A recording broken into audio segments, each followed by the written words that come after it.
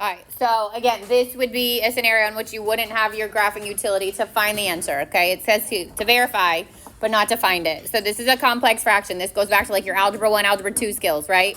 In order to get rid of your complex fractions, you actually have two options. One is combine together your numerator. So like find the least common denominator of your numerator, combine them together, and then do keep, change, flip after that. The other is to find the least common denominator of all the denominators within your fraction and multiply it by that. So I'm going to show you both methods because I feel like we pick differently.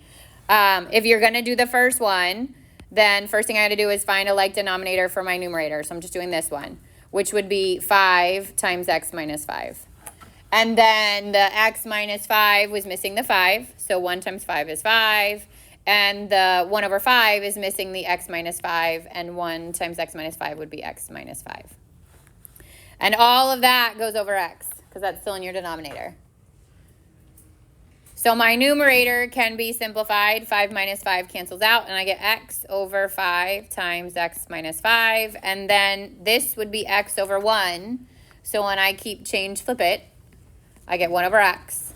And now the x cancels from your denominator. And I get 1 over 5 times x minus 5. So I just simplified it so that I can now take that 0 and plug it in. I'd get 1 over 5 times 0 minus 5, which is 1 over 5 times negative 5, which is negative 1/25.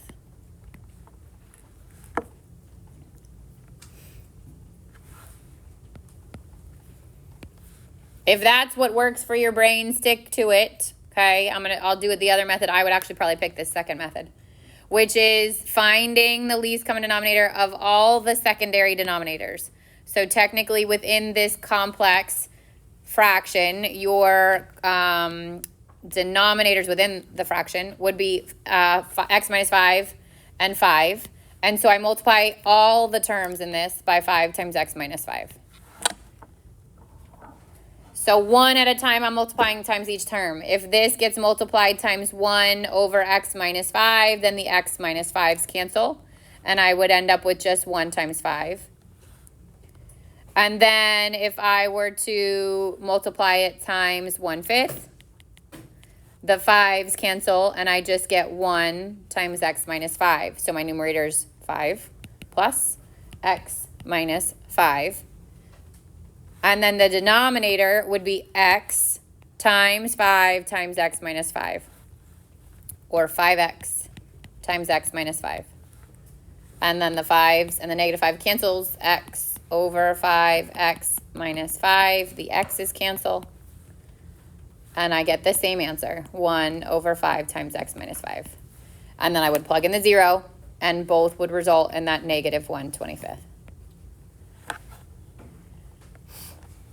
So obviously this section introduced limits, but it's also pulling back in stuff from prior knowledge. Like it's going to pull back in factoring. It's going to pull back in your complex fractions. It's going to pull back in radicals. And it's going to pull back in your trig stuff, which is what's next. I'm going to verify this though. So get your calculators. And we're going to type the initial equation in. Not if it says use it to verify. Only if it says graph it and then answer it based on it.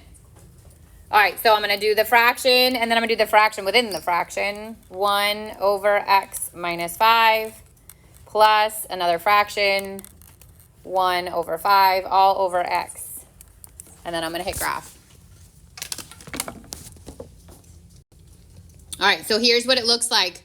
And it's weird, but what's happening there is there's an asymptote that we don't see. That's what's causing those little curves to happen. So this is kind of when like you have to be smarter than your calculator to know that that would be an asymptote.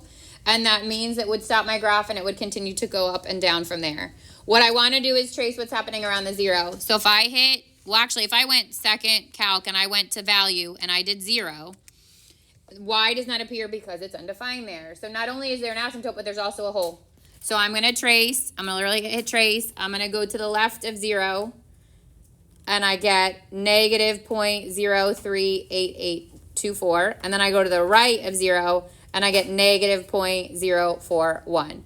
So what got skipped in between those two places was 0.04, which is what 1/25 is. So if you wanted to check it, again, I wouldn't expect you to have, like, you would have, if you didn't have a calculator, then obviously you would do it the first way. If you had the calculator, we wouldn't have to go through that work. All right, now it says find the limit and then use the graphing utility to verify your result. Actually, yours doesn't say find the limit, it just says use the graphing utility, but we're gonna find it without the utility, the graphing utility. So it says the limit as x approaches pi over 2, and it's the cosine of x minus 1. Very first thing I wanna do is test to see if I can just do direct substitution. What is the sine at pi over 2? 1. If I have something over 1, is it undefined? No, so I'm going to go with continue to do the direct substitution. So cosine of pi over 2 minus 1 over the sine of pi over 2. We said the sine of pi over 2 is 1. What's the cosine of pi over 2? 0. And I get negative 1 over 1, which is negative 1. So the limit as x approaches pi over 2 would be negative 1. Questions on that one?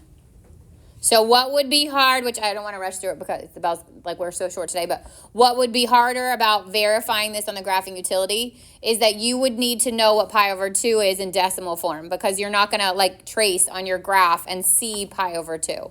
So I would literally, like, take 3.14, divide it by 2, get that decimal, and then you know what x value you're looking for. All right. This one says graph the function, evaluate the limit. So we're going to graph it by the graphing utility. Remember, your absolute value bars are under math. So math over to number, and that's where your absolute value is, x minus 1 over x. And then I'm going to hit graph. I wouldn't be able to do direct substitution because it would be over 0.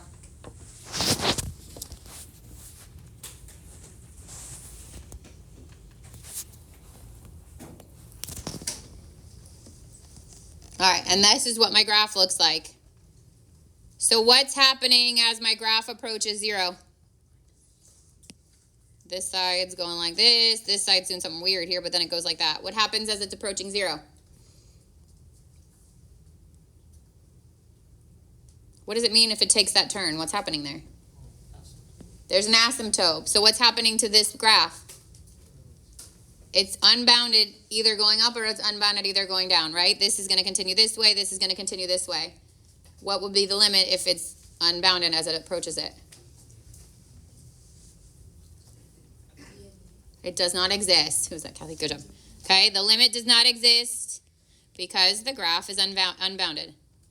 The y values, the graph, anything like that are unbounded, increasing and decreasing without bound. All right, last one. We're going to go back to graphing by hand. Graph the function to find the limit and then use the graphing utility to verify your result. So we remember these. This is another skill we're pulling back in, which is piecewise functions, okay? With piecewise functions, you had two choices. Either graph the whole thing and erase what you don't want, or graph just the part you want. So the first thing I'm going to do is graph this side, okay? Which is 4 minus x means this is a line. Y would equal negative x plus 4 is the line I'm going to graph. Positive 4, negative slope. So down 1 and to the right 1 or up 1 and to the left 1. And I only want it where it's less than or equal to 1. So it's going to, no, less than 1. So it's an open dot pointing that way. Okay, and then comes my parabola shape. So I don't know exactly, it's not in standard form. If it was in standard form like x squared minus 4, I would literally just shift it up 4 and I would point it down. But because it's not in that format, I'm going to plug in the points I want to find. So I start with 1, 4 times 1 minus 1 squared. 4 minus 1 is 3. So 1, 3 is a point, but it is an open dot. And then 4 times 2 minus 2 squared is 8 minus 4, which is 4. So 2, 4, that makes more sense, is my parabola. I know it faces down, so at some point it's going up and coming back down again. I don't even need to know what the, like how far or where it's going. I could keep plotting points, but I don't need it. What I really need to know is what's happening at that 1. So now that we've fixed that graph, what's happening at 1? What are your y values? They're the same this time, right? So it's 3. Your limit is 3. Even though it's an open dot, it wouldn't have an actual value. If I actually plugged in a point, it would be undefined. But because the limit is approaching both directions from the same y, that is your limit. Questions? Okay, so really pay attention to what it asks for on WebAssign. If it says use the graphing utility to graph it and then answer the question based on it, then take a picture of what's on your graphing utility. If it says graph it, find the limit, whatever, and then use a graphing utility to verify, then I don't need to see your graph, okay? I wanted to graph this to verify. I would simply graph both those things, so 4 minus x and 4x minus x squared. I would just graph them both separately. So my graph would look like this, okay? And I would need to know that it stops at 1. So this would be here that way, which matches what I had. And then the other one would go the other direction. It would stop. And this would be an open dot in this direction. And then the other one would be an open dot going this way. And in both cases, I would know what happens at 1. It approaches 3. So there is a way to graph piecewise functions on a graphing utility. It is not very easy. So I would say if you're going to use it to verify, just make sure you understand what you're looking at there, that parabola is not the full parabola and the line is not the full line. Okay, the instructions on this one. Okay, this is literally number 1. It says find the limits. It says find the limits at each of them. It gives you the graph, okay? But then where it says identify another function that agrees with the given function at all but one point, it means take this function and simplify it. So literally take out the x on the top. It would be x squared minus 1. That's x plus 1, x minus 1, and the x minus 1's cancel. And then what's left is what you would type. So that is the expression that would be the same. The equivalent expression except for the 1 point, that 1 point being the whole. Okay? No, well, you don't need it. It is 1, but you don't need to put it. Yeah. All right, the second question I'm going to go over with you, and it's not an easy question, so if you want to go along with me, that would probably be a good idea, is number 6.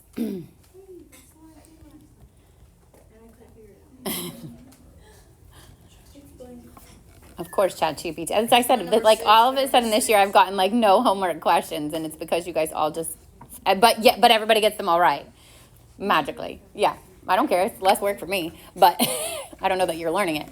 All right, so on this one, if I plug in pi over 2, the cosine of pi over 2 is what? It's 0, so this is undefined, so I can't use direct substitution, okay? If I want to get rid of something that's in the denominator, and it is not an expression itself, meaning it doesn't say 1 plus cosine or 1 minus cosine, then, and the top does, then it's strange, but we actually multiply by the opposite of the top. It's the only way to move something from the bottom, if the bottom is just a single expression. So it would be like the same thing if it was a square root and it was an expression, I'd multiply by 1 to do the opposite of it.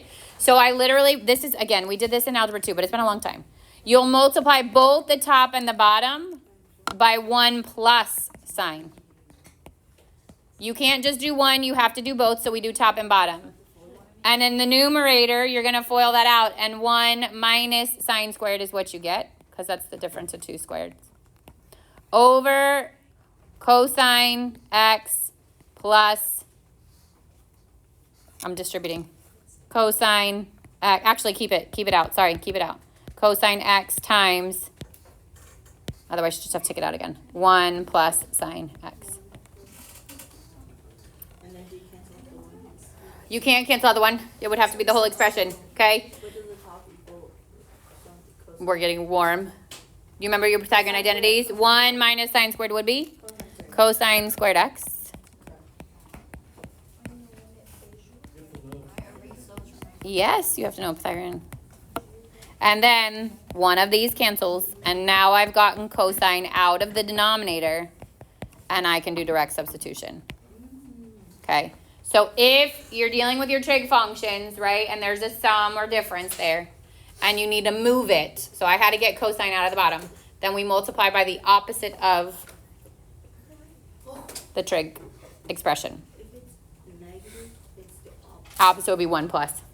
So you just change the sign in between them. No, like the thing you're plugging in is negative, like pi over 2.